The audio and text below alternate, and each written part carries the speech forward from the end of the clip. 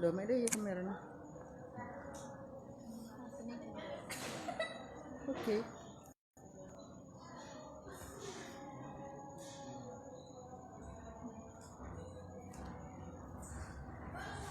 Ini kuat kan wifi-nya En? Kuat. Mas En kan? Mas En. Iya. Daerah kan sekarang.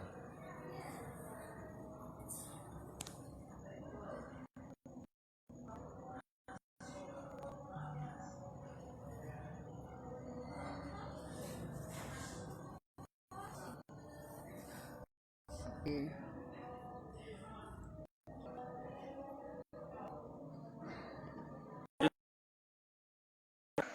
Acara Teki Maros Ali.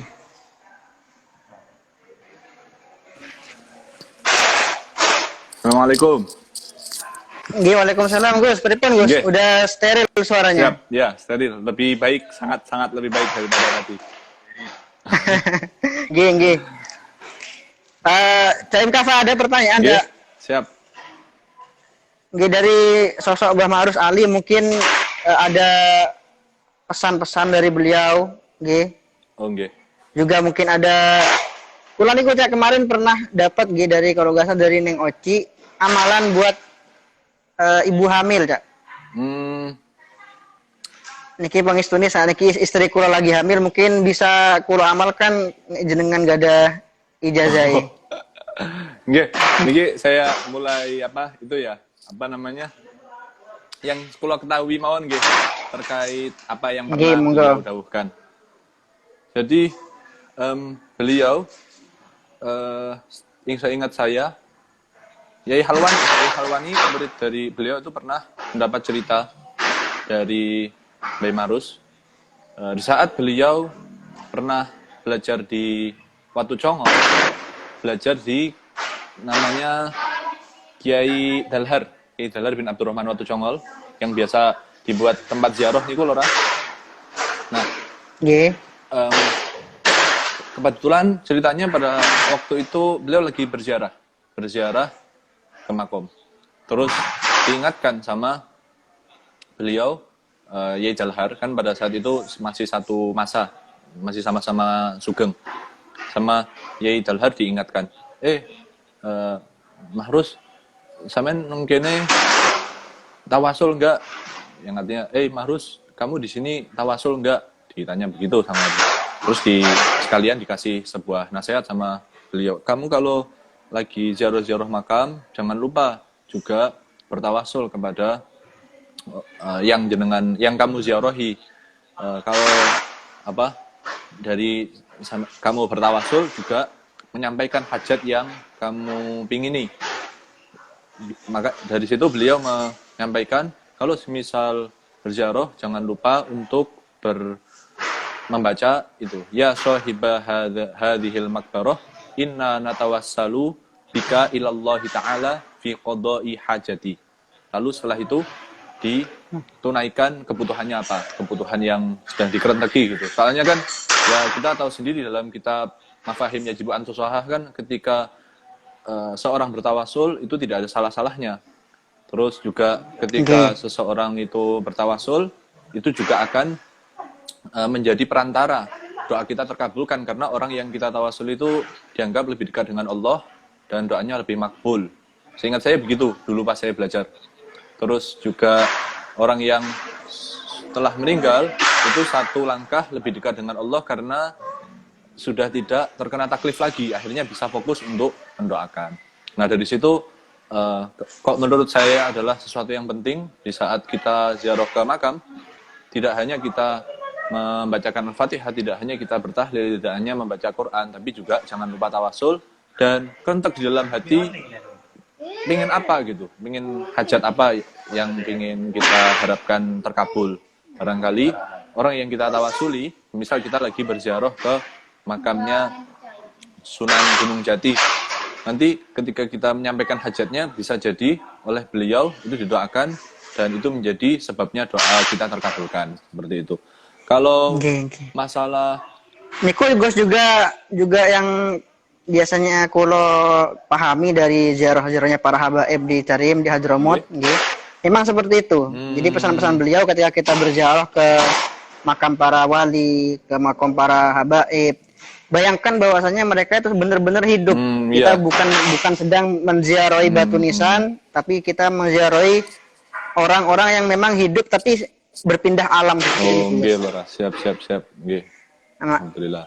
makanya niku dari cerita niki kula ingat satu cerita Gus, mungkin bisa kula Nggih, ceritakan. monggo. Kula malah seneng. Nggih niku Habib Muhammad bin Ahmad Al-Muhdar Nggih. yang dimakamkan di Ampel, mungkin jenengan sudah pernah ziarah. Habib Muhammad Al-Muhdar. Belum tahu. Habib Muhammad bin Ahmad Al-Muhdar. Gimana ceritanya? Ini yang disebutkan dalam kitab-kitab habaib bahwa wajah beliau niku mirip dengan wajah Rasulullah sallallahu alaihi wasallam. Ada subhanallah. kemiripan dengan wajah Rasulullah Subhanallah. sallallahu alaihi wasallam. Jadi beliau ketika masih kecil, nggih, Nggih.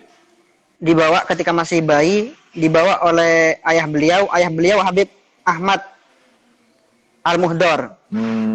Ini saya sambil sama Pengarang qasidah. Nggih, monggo. Minta ya, terus. Pengarang qasidah Sa'duna fid Dunya, Gus. Habib Ahmad Al-Muhdar. Nah, Nggih. jadi Habib beliau ketika masih bayi dibawa oleh ayahnya ke desa, nggih. Satu desa di situ yang mana desa tersebut adalah tempat berdakwahnya dulu Habib Hasan bin Shalih Al-Bahar. Nah, ketika Habib Ahmad membawa putranya Habib Muhammad ke desa tersebut, pada waktu itu putranya sakit keras. Tiba-tiba sakit keras. Nggih. Sakit keras, panas sampai hampir meninggal pada waktu itu. Akhirnya ayah beliau Habib Ahmad ziarah, Gus. Nggih. Ziarah ke makamnya Habib Hasan bin Shalih Al-Bahar. Iya. Nah, ketika berziarah, ya beliau nggak baca Fatihah, nggak baca Yasin, nggak baca apa, tapi langsung ngomong, curhat sama Sahibul Makbarah.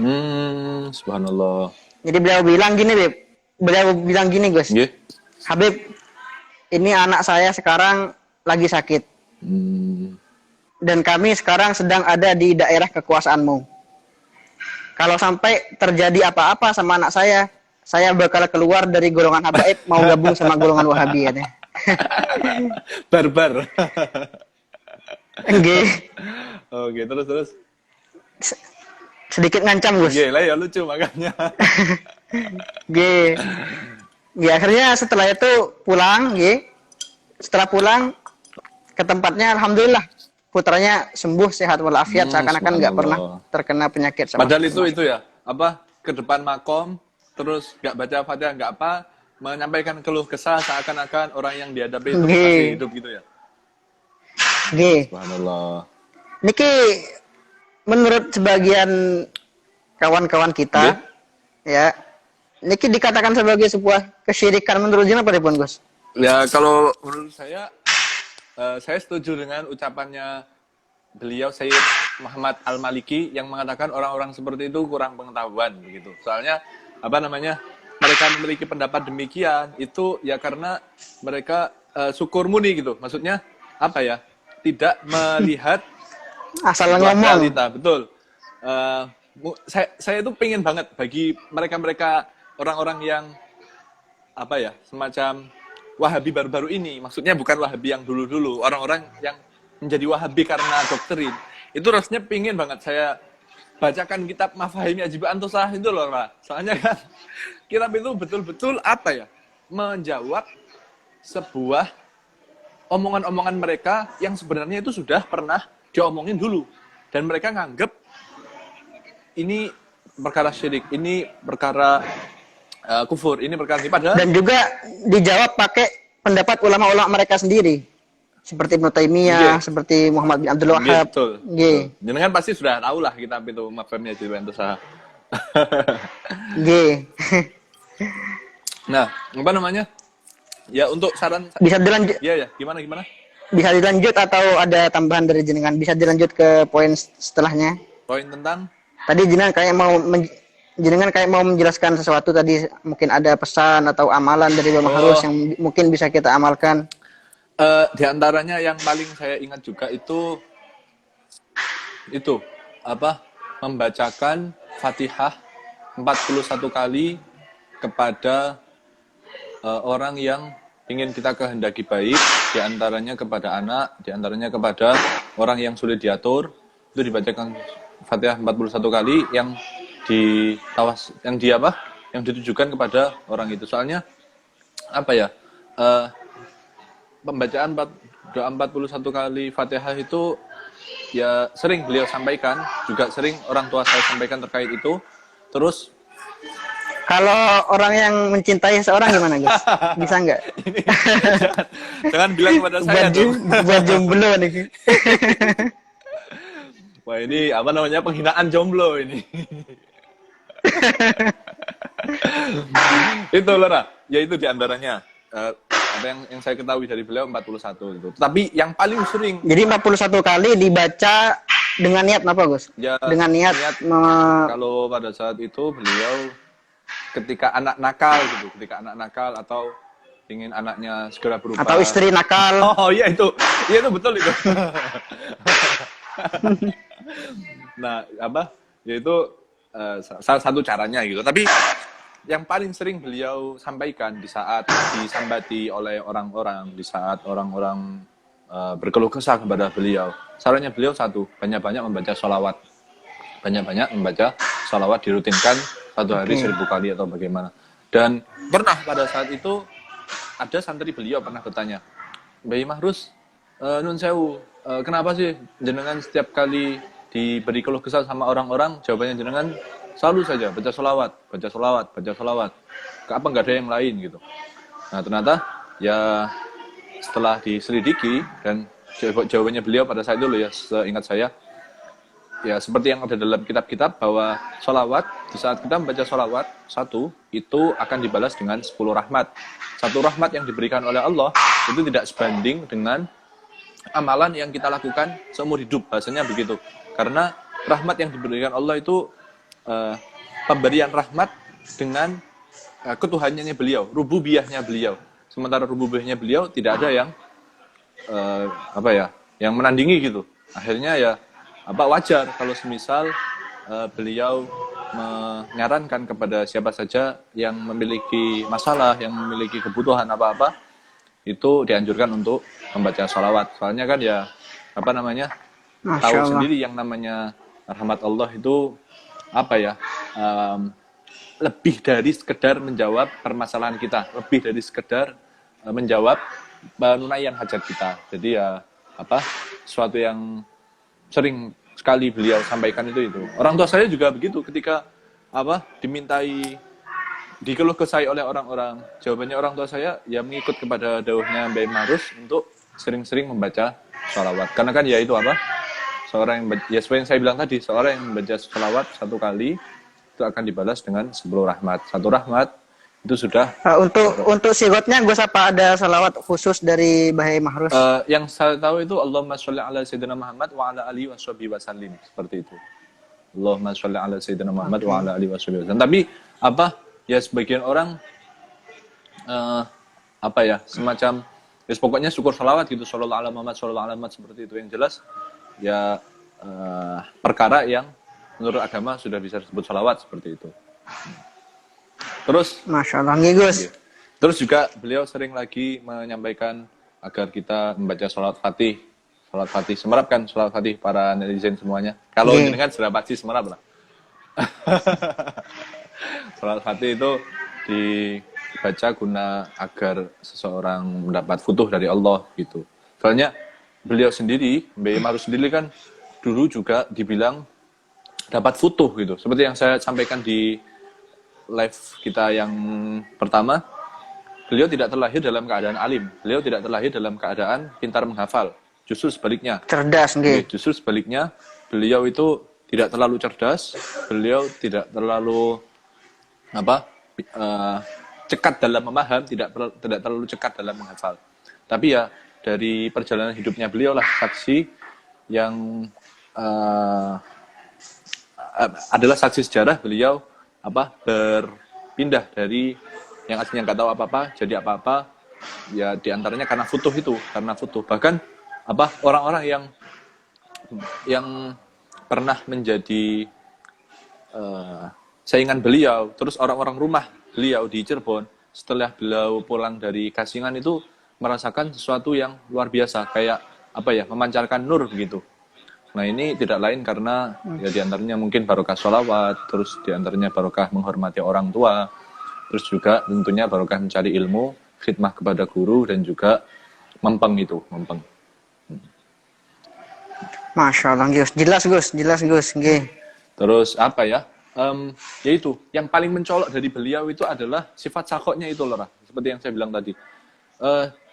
Bahkan apa pada saat beliau masih mondok, sering beliau dalam sehari-harinya itu mentraktir teman-temannya disuruh pergi ke warung, ambil apa saja terserah, terus apa dibayarin sama beliau.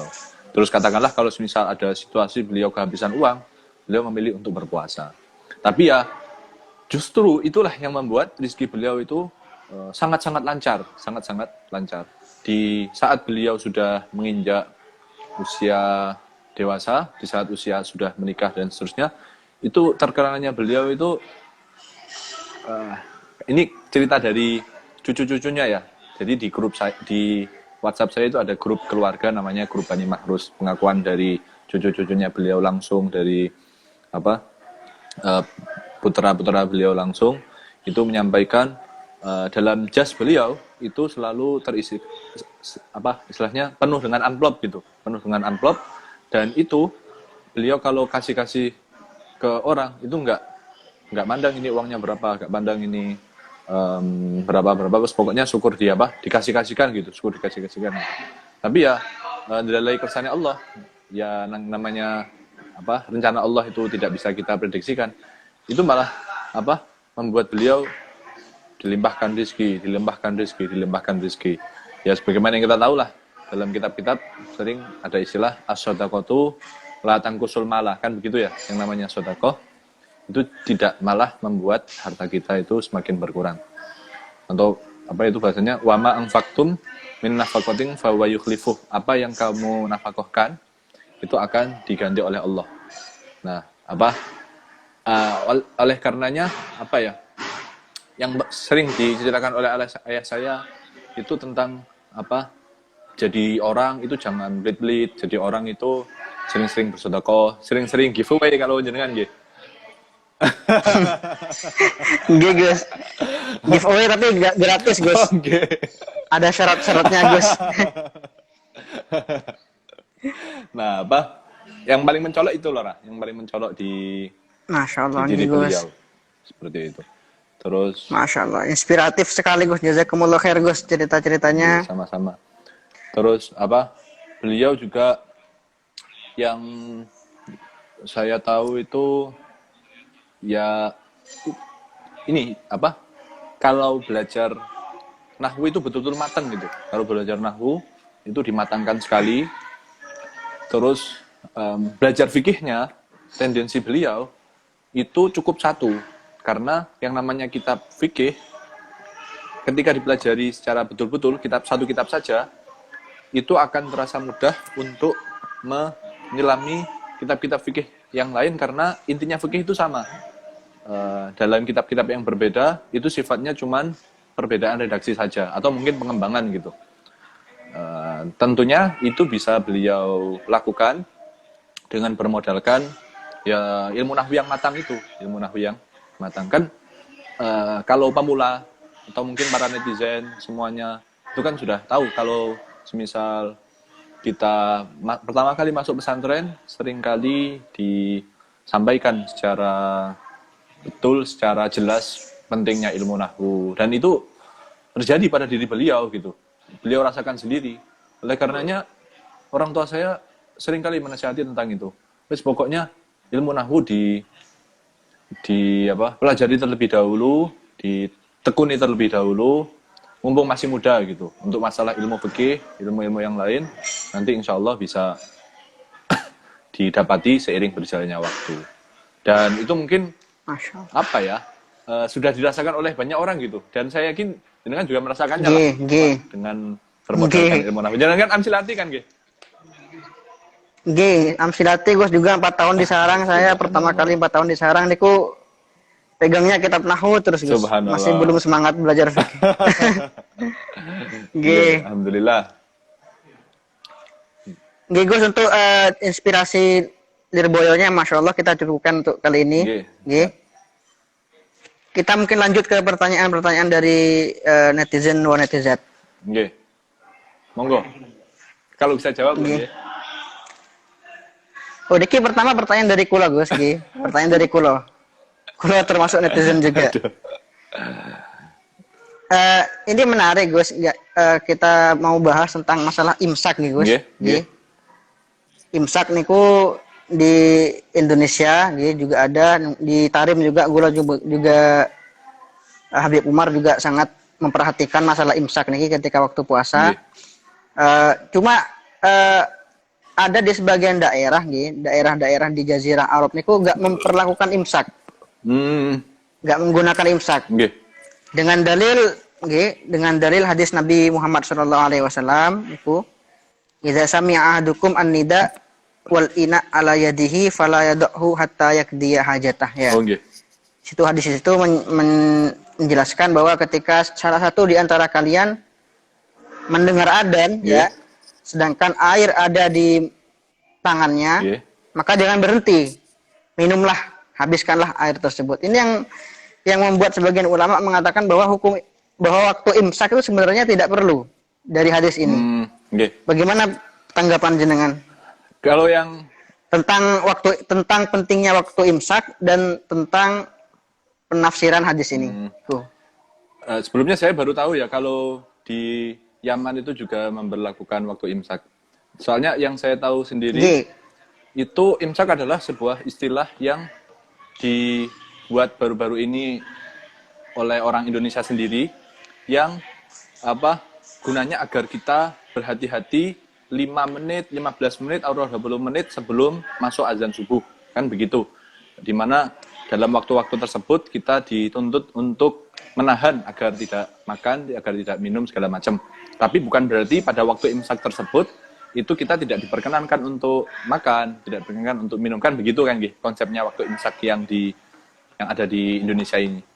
Tapi orang-orang yang gagal paham terkait ini itu mengatakan bahwa orang Indonesia salah kaprah, imsak itu nggak ada. Imsak kalau misal diartikan begitu, imsak itu bid'ah seperti itu, Gus. Imsak itu nggak ada dalilnya mungkin. Terus setelah itu mereka bilang, imsak itu merupakan arti secara lughat, secara syarak dari puasa itu sendiri. Kok mereka bikin istilah-istilah baru? Padahal yang dikehendaki orang Indonesia kan tidak begitu. Kalau mungkin, ya kita setuju. Kalau yang namanya imsak itu dalam kitab Nahwu adalah istilah lughat dari puasa. Al-imsak lughatan As-siyam lughatan al-imsak. Kan kayak gitu ya di Fathul Qoribnya ya. Atau kalau secara syarak imsakun an muftirin biniyatin maksusatin. Menahan dari segala sesuatu yang membatalkan dengan niat yang tertentu. Tapi sayangnya bukan itu yang dikehendaki orang-orang Indonesia itu. Yang namanya imsak di sini adalah sifatnya berhati-hati agar kita tidak sembarangan makan mendekati waktu-waktu azan supaya nanti ketika azan terus kok kita makan dan masih melanjutkan makannya, ini akan membuat puasa yang kita lakukan jadi tidak sah, kan begitu kan yang namanya puasa itu. Nah, oleh karenanya agar orang-orang yang lebih berhati-hati ada yang namanya istilah imsak. Ini mengambil kalau tidak salah itu mengambil konsep yang ada di Fathul Mu'in kalau tidak salah. Ya memang nggak apa-apa kita makan sebelum masuk waktu subuh. Sebelum masuk waktu subuh mepet sekali, memang nggak apa-apa. Tapi tetap kalau semisal kita masih dalam keadaan makan terus kok masuk waktu subuh terus masih makan saja, inilah yang membuat puasa kita itu tidak sah gitu.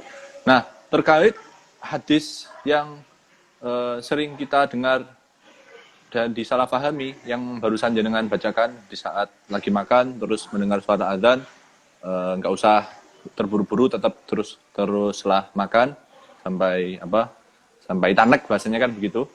itu coba teman-teman yang mungkin ingin memahami secara jelas hadis itu, silahkan buka di kitab Faidul Qadir, yaitu kitab syarah Jimsot, kitab syarah Jami'us Shaghir.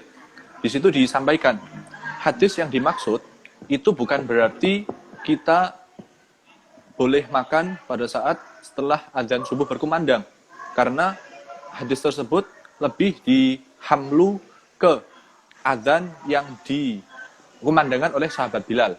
Sementara azan yang dikumandangkan sahabat Bilal pada saat itu adalah azan pertama dari waktu subuh. Jadi dalam waktu subuh pada saat itu azannya itu memang 2 kali. Satu dikumandangkan oleh sahabat Bilal, kedua dikumandangkan oleh sahabat Ibnu Umi Maktum. Nah, di saat sahabat Bilal itu berkumandang, kita lagi makan, itu enggak usah sekiranya terburu-buru dan menyudahinya, karena itu bukanlah azan yang menjadi pertanda dari masuknya waktu subuh. Akhirnya disuruh untuk menuntaskan makannya.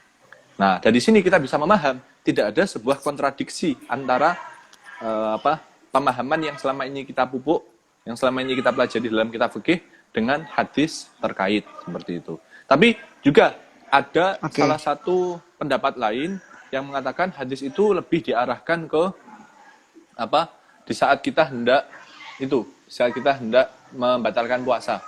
Jadi kalau buka puasa, Gus. Buka puasa. Jadi bahasanya itu sebentar kalau lihatkan lagi. Wakila saya bacakan mau biar sama-sama tahu.